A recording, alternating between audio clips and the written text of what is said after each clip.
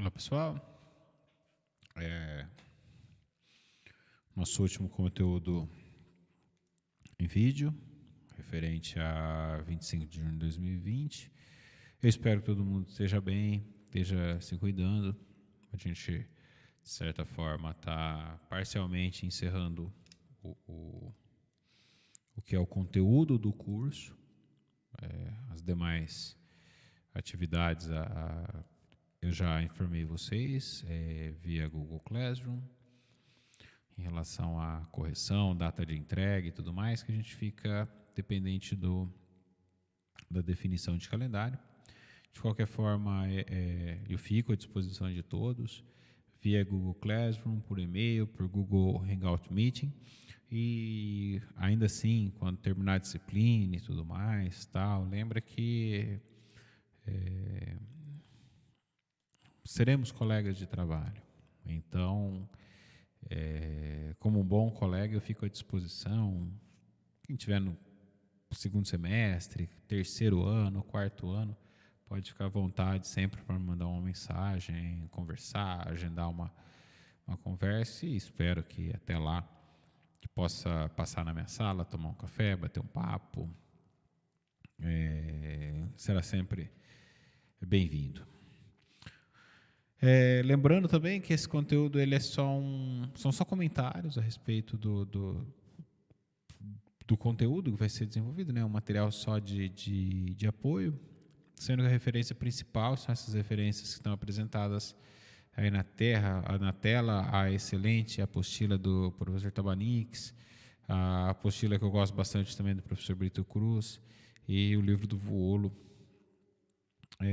Então vamos lá. A gente estava falando na última aula sobre incertezas, e aqui a gente começa a falar hoje sobre a propagação de erros e de incertezas, mas usando logo de cara um exemplo que ilustra como deve ser a apresentação dos resultados. Então, a situação que está sendo posta é que a gente está fazendo alguma espécie de medida, ou seja, aqui a gente está nomeando essas medidas por Y1, 2, 3 até N, e a gente está buscando o valor estimado, né? O valor esperado também é usado esse termo para média, ou seja, a gente está buscando a média do conjunto de medidas e a incerteza, ou seja, como apresentar os resultados de um conjunto de medidas. De novo, já falei que é uma ótima apostila, essa apostila do professor Tabanix. Eu gostei bastante da didática, da forma como ela está escrita e dos exemplos, então eu vou seguir nela. Estou extraindo o exemplo com a linguagem, com tudo que está lá, tudo mérito do professor Tabanix. Tá? Excelente material. E o exemplo 1, ela é a medida da tensão de uma pilha. Então, basicamente, um aluno está com um voltímetro, espero que seja de ponteiro, e para quem não entendeu pode me perguntar, mas espero que pense um pouquinho. Onde o aluno está querendo medir a tensão de uma pilha, e nesse instrumento, normalmente todo fabricante acaba fornecendo um instrumento dizendo qual que é a incerteza que esse instrumento dá na medida, em geral multímetros, balanças, em geral tem uma anotação da precisão e da incerteza desses equipamentos. Então, aqui nesse caso, está indicando que tem uma incerteza nominal de 0,25% no valor indicado. Então, vamos supor que o aluno fez um conjunto de 6 medidas, pode ser o aluno, pode ser eu, tá? Fez esse conjunto de 6 medidas e que em cada uma das medidas foram registrados esses valores aqui, né, para diferença de potencial, 1,572, 1,568, assim por diante.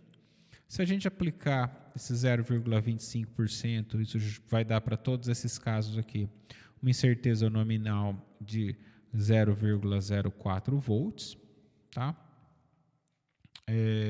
que a gente já deixou apresentado aqui. Então, vamos ver como que a gente vai proceder com os cálculos.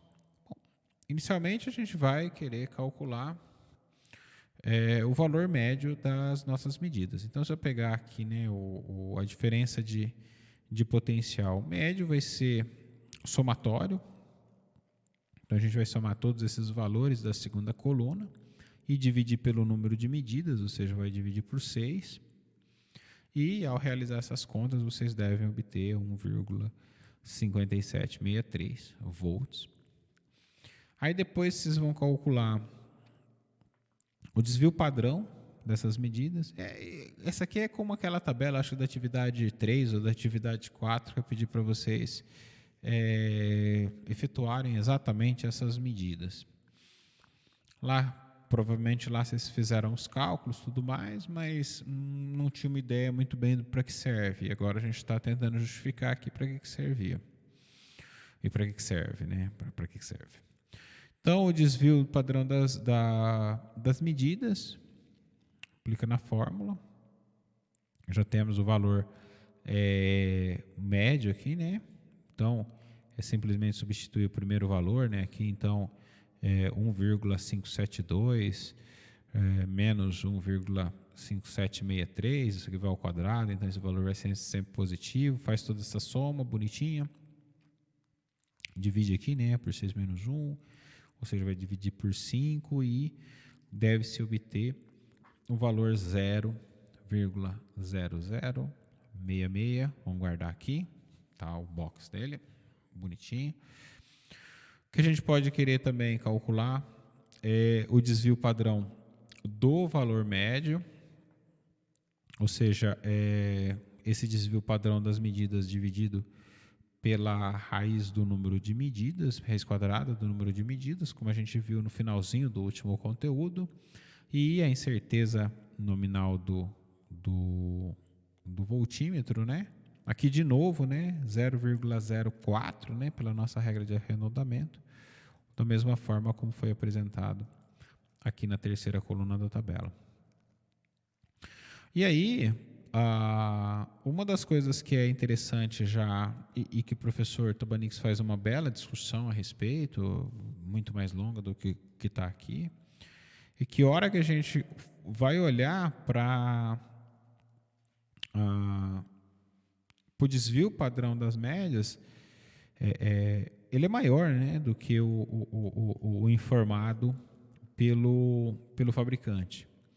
Isso é uma coisa normal, né, porque a hora que você está fazendo a incerteza, você está tendo a incerteza do voltímetro, mas você tem a incerteza da pilha, você tem a incerteza, não sei, talvez de algum conector que pode estar mal conectado, gerando ali algum probleminha, tá? Ou seja, você tem todo um erro do aparato. Então, é normal que se espere uma incerteza um pouquinho maior do que a especificada pelo fabricante. Todavia, vamos notar uma coisa também, né?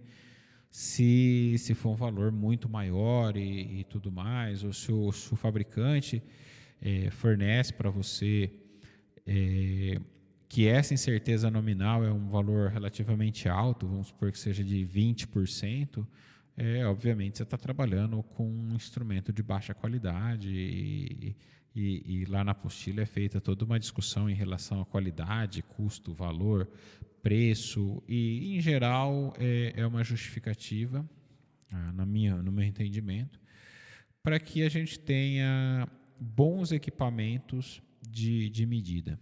Eu quero dizer que, claro, você pode ter um instrumento que não seja muito preciso, muito fantástico, existem limitações, é claro, de cada equipamento, mas tem equipamento que é muito ruim, né? E isso vai gerar certamente um problema na medida, um erro muito grande, relacionado com qualidade.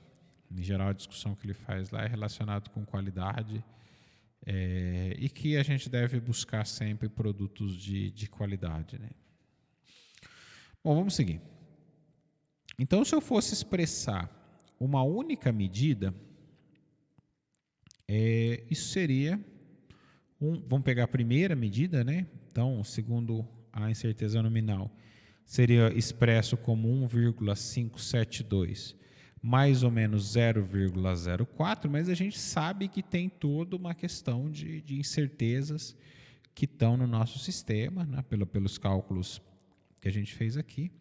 Então, o correto seria apresentar 1,572 mais ou menos 0,007, porque aqui na nossa conta deu 0,0066. Então, a gente usou a regra do arredondamento aqui para cima, 0,007.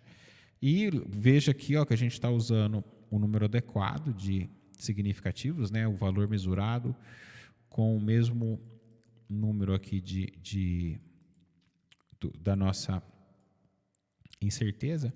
E aqui, claro que vale aquela regrinha, né? Muita gente deve se perguntar a seguinte coisa: mas vamos supor que eu estou reproduzindo aquele experimento que eu fiz na primeira aula que você deu de medir a mesa com material que não é graduado, então eu acabei usando uma caneta ou alguma outra coisa assim para fazer essa medida. E como eu usei uma caneta esferográfica, a minha medida sempre deu o mesmo número de canetas ou o mesmo número do material que eu estava utilizando. Então eu devo colocar que a minha incerteza é igual a 0? Não, aí você deve colocar que a sua incerteza é a metade da menor divisão, porque a hora que você está calculando o desvio padrão das médias, das medidas, desculpa, desvio padrão das medidas, se todas as medidas forem iguais, a média vai dar o próprio valor, né? A média de vários valores iguais é o próprio valor, e o desvio padrão dessas médias deve dar igual a 0. Mas você sabe que existe um erro. Na verdade é que o seu instrumento ele está muito fora, né, do que se espera para executar esse tipo de medida, então vai ser a metade da menor divisão que você vai apresentar. Então, sempre vai precisar fazer esse jogo, né, de verificar o desvio padrão das medidas e o desvio padrão, e no caso da régua, por exemplo, o erro do instrumento, nesse caso, a metade da menor divisão. E, em geral, só para enfatizar essa questão, se você calcular um desvio padrão das medidas que for menor do que o erro do seu aparelho, do seu instrumento de medida, ou seja, maior que, no caso de uma régua, metade da menor divisão, se ele for menor, você deve usar a metade da menor divisão, ou seja, o erro do aparelho, para registrar o que você está, para registrar a sua medida, porque com certeza essa metade da menor divisão, ela compreende a incerteza da sua medida. Espero que tenha ficado claro. Se não ficou, me dá um toque, a gente discute um pouco mais o assunto. Todavia, perceba uma coisa: se eu for apresentar aqui o valor médio, o resultado do meu valor médio das medidas, aí eu devo usar o desvio padrão do valor médio. Pela nossa regra de arredondamento, a gente poderia apresentar com a nossa regra do significativo, né? A gente poderia apresentar com 1 ou com 2, mas aqui esse número aqui é menor que 3, né? Então a gente está mantendo ele. E aí ficaria, claro que a gente vai pegar aqui, então, se a gente calculou 1,5763, e aqui a gente tem até a quarta casa decimal. Esse aqui também, o valor médio também tem que ir até a quarta casa decimal, a fim de que eu tenha o número de casas depois da vírgula aqui, né, iguais, né? Ou seja, apresentado nosso erro da maneira adequada. Em especial porque se a gente tem esse valor dessa maneira aqui, né, perceba que a nossa incerteza não está no 2 da incerteza, mas ela está no 7. Tá? Então, esse é o exemplo do uso. Só que vamos perceber uma coisa. Nem sempre a medida do que a gente vai realizar dentro do laboratório, ela vai ser uma medida direta. Muitas vezes, a gente vai ter que fazer uma medida e multiplicar ela ou somar com uma outra medida. Ou seja, a gente muitas vezes precisa manipular esse número que a gente está tratando. E daí que vem a história da propagação da incerteza, que muitos autores, eu já mencionei, vou mencionar mais uma vez, como o material está sendo retirado da apostila do professor Tabanix, ele diz que incerteza e erro têm diferença. Erro é algo que você consegue corrigir. Então, vamos supor um erro sistemático, né? Você percebe que ele acontece sempre ali, mas você consegue identificar ele, então aplicar a correção e trazer ele para o valor correto.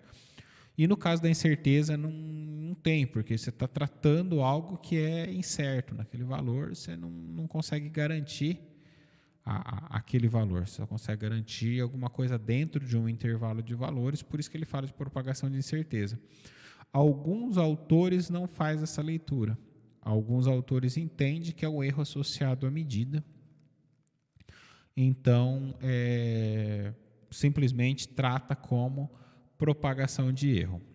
Eu, na graduação, aprendi como propagação de erro, mas eu concordo que a forma adotada pelo professor Tabanix, na minha opinião, é mais coerente. Tá? De qualquer forma, eu estou falando que existe propagação de incerteza e propagação de erro, porque são as duas. Se vocês forem procurar outros materiais, é em geral o que vai aparecer nas buscas, nos serviços de busca. Então, aqui a nossa situação é que eu preciso realizar operações matemáticas com esses valores que eu tenho, com a incerteza. Então, a incerteza vai propagar. Ou seja, se eu considerar uma função w, que é uma função de x, y, z, onde x, y, z são grandezas experimentais com incertezas, né? E são independentes entre si, eu teria, então, que calcular quanto seria o erro em relação às operações que eu estou realizando com essas incertezas, né? Incerteza de x, de y, de z. Aqui, existe uma representação gráfica do que a gente vai estar buscando. Eu não vou trabalhar com esse desenvolvimento, porque eu não, em geral, eu não sei como é que está o andamento do curso de cálculo de vocês. De qualquer forma, está super bem explicado isso nas apostilas. E se precisar, vocês podem solicitar uma gravação adicional, ou que eu prepare um material adicional para explicar. Em geral, está muito bom isso aqui na apostila do professor Brito, sobre como se obtém essas relações que a gente vai usar. Aqui no momento, o que eu vou fazer é simplesmente apresentar o uso delas, porque depende de cálculo diferencial e eu nunca posso precisar, em especial porque eu não sei se o aluno trancou o curso de cálculo ou não trancou, e eu acho que, como não tem pré-requisito na nossa disciplina, isso não pode ser um impedimento. Bom, vamos lá então. Então, se eu olhar para esse gráfico, né, a minha incerteza do valor W, ele vai ser dado pela medida de W em relação à variável X, e isso pode ser extrapolado, obviamente, por eixos Y e Z. Então, se eu for expressar isso para os três eixos, né, seria o valor que eu estou buscando, né, ao quadrado. Ele vai acabar sendo a derivada parcial em W em relação a x ao quadrado pela incerteza ao quadrado no eixo x. O mesmo para y, o mesmo para z e o mesmo se eu tiver um número maior de dimensões aí, vai seguir essa regra. Lembrando que eles precisam ser independentes. Então vamos fazer alguns exemplos só para a gente entender como é que funciona isso. Na atividade vai ter alguns exercícios para fazer essas expressões. Então vamos lá. Então vamos começar pela adição de dois valores experimentais. Vamos imaginar dois segmentos. O segmento A tem 12 mais ou menos 2 centímetros e o segmento B tem 8 mais ou menos meio centímetro. Tá? E o que eu quero é a medida de A mais B. Dessa maneira, então, para eu expressar o valor da soma, né, seria só a soma dos valores, mas eu preciso propagar a incerteza. Então, a propagação da incerteza não é simplesmente a soma das incertezas. O que a gente precisa fazer para saber o valor da incerteza ao final é realizar essas somas dessas incertezas, né, e aplicar. Então, aqui o que a gente teria aqui derivada de L em A e de L em B. Esses aqui vão dar valores igual a 1, né? Porque eu estou só rapidamente, né? A hora que eu substituo aqui A mais B, né? A hora que eu derivo em relação a B dá 0, a hora que eu derivo em relação a A, derivada de A em relação a dá 1, e a mesma coisa ocorre para B. Então, ele vai ser, no fundo, a minha incerteza vai ser propagada pela equação 10, né? A incerteza quadrada do comprimento L vai ser igual a incerteza ao quadrado do comprimento A mais incerteza ao quadrado do comprimento B. Realizando as continhas, essa incerteza realiza as continhas, dá 4,25, aplica a raiz quadrada, porque eu não quero a incerteza ao quadrado, eu quero a incerteza. Isso aqui vai dar 2,6. De novo, usa a regra do significativo e a regra de arredondamento. Vai dar 20, perceba que agora vírgula 0, mais ou menos 2,1 de centímetros. E aqui ajustado certinho. E o que é interessante nesse caso, e que vai estar comentado ali na frente, é que perceba que a minha incerteza ela acabou sendo maior do que as incertezas iniciais. Claro, porque eu misturei incertezas aqui, né? Somei na forma da adição de valores experimentais as minhas incertezas. Bom, vamos ver como é que isso funciona. Então, acredito que o mais difícil aqui seria aplicar a derivada, mas acredito que não deve ter grandes problemas depois que eu simplesmente mencionei que é só substituir L aqui. Bom, vamos fazer agora uma subtração de dois valores. Então, vamos pegar de novo dois segmentos. E o que eu quero fazer aqui é A menos B. A menos B, o módulo de A menos B, que talvez fosse melhor ter feito B menos A, né? Aqui acho que é melhor fazer B menos A. Eu vou dar uma corrigida rápida aqui.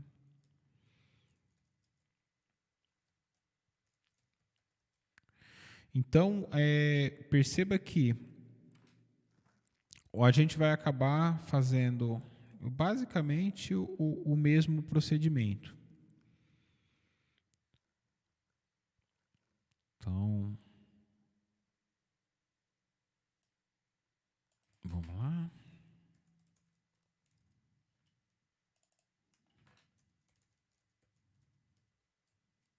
Deixa eu só tentar corrigir aqui.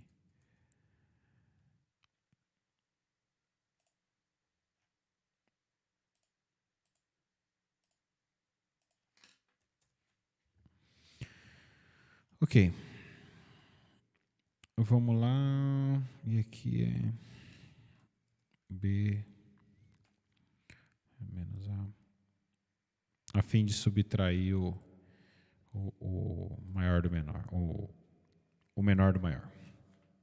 Então vamos lá. Estamos considerando esses dois segmentos, né? A que tem um tamanho 8 e B que tem um tamanho 12 e A com uma incerteza de mais ou menos 2 centímetros e B com uma incerteza de mais ou menos meio centímetro. Então aqui, novamente, a gente vai fazer essa propagação somando. Então, de novo, né, vai fazer B menos A lá. Vamos lembrar que, como tem um quadrado aqui, o sinal de menos aqui vai carregar positivo. E, realizando as mesmas continhas, vai acabar sendo 2 aqui ao quadrado. É isso, né? 1 com meio. Provavelmente aqui eu cometi um outro erro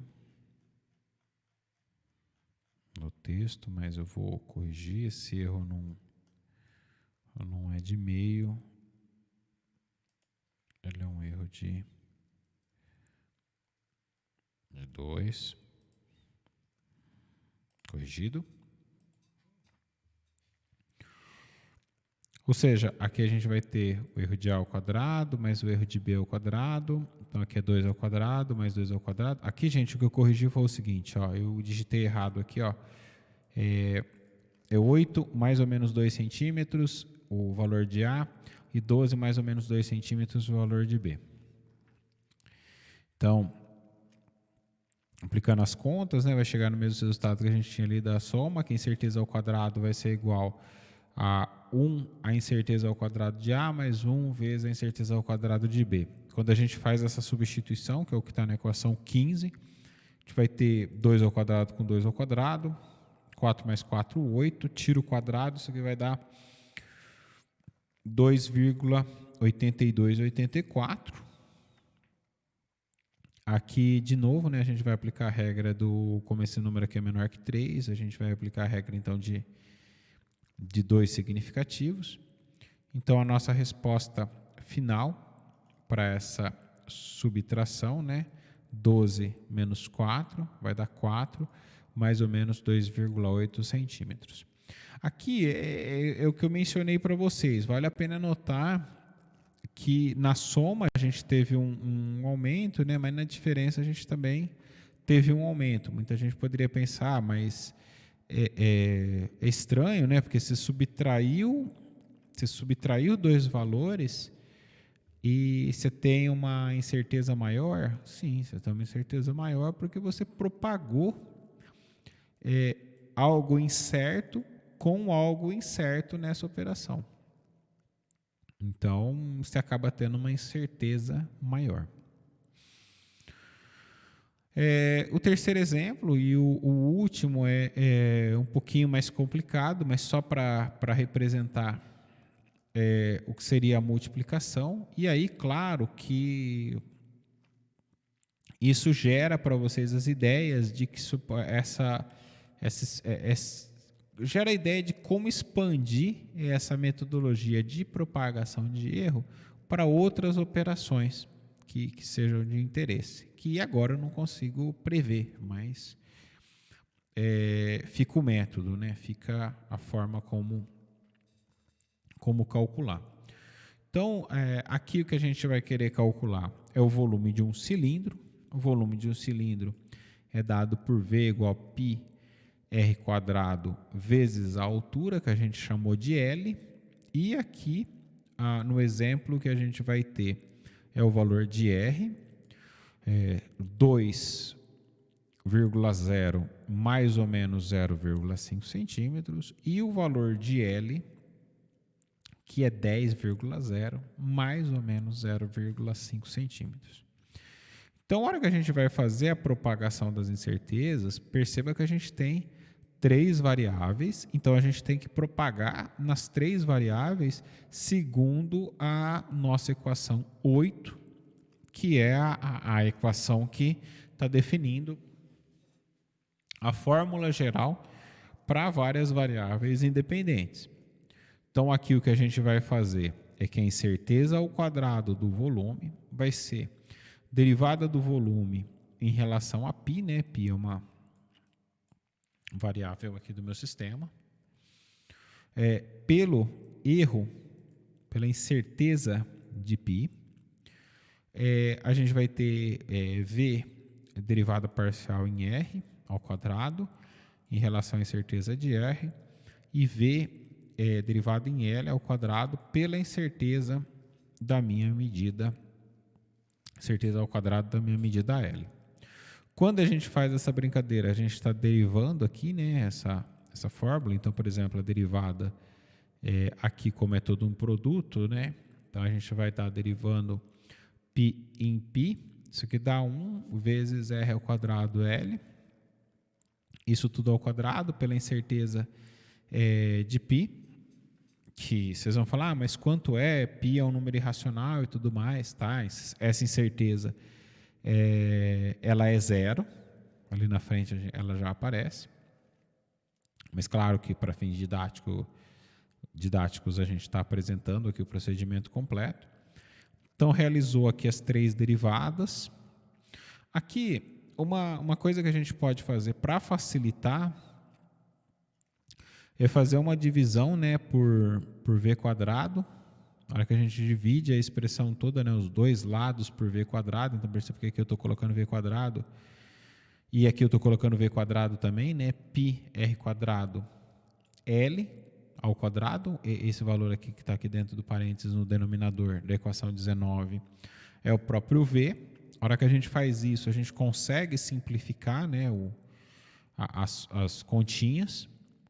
Se não quisesse, não precisaria ter feito, mas é sempre bom simplificar as continhas, porque evita erros de cálculo, né? Contas mais simples, menos contas, representa uma possibilidade de menos erros, né? Então, essa que foi a estratégia. E, então, realizando as contas aqui, né? A gente vai acabar obtendo